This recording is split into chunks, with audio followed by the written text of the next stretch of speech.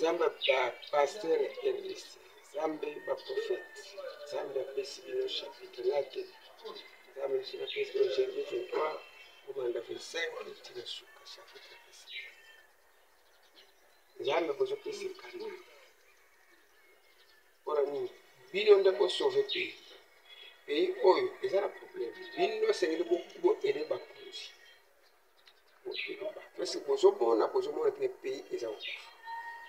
Parole bino bono bakanzambe kosala nzambe linyango te. Nzambe alingi kozo obomi pays. Kote nzambe ayanula azopesa réponse cause oyo ezomarche te pays oyo ekufi te mpona baprésident banani no mpona bato batanga problème eza na pays esi bino basala nzambe aposi bino question